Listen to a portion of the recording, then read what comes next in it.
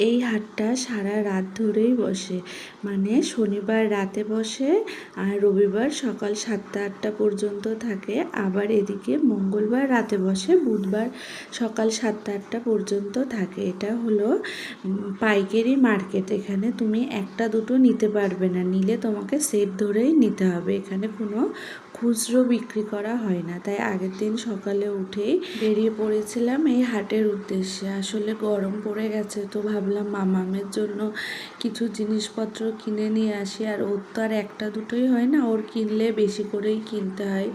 দেখো, এই হাটে তুমি A to Z সব কিছুই পেয়ে যাবে। আর এই নয় যে একটা দোকান, জায়গাটা কিন্তু অনেকটা জায়গা জুড়ে এই হাটটা বসে। এটা হলো রাস্তার ওপরে বসে।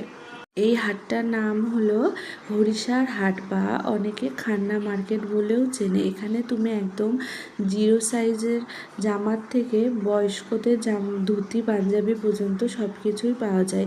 দেখো, ব্লাউজের কালেকশনগুলোও কিন্তু খুব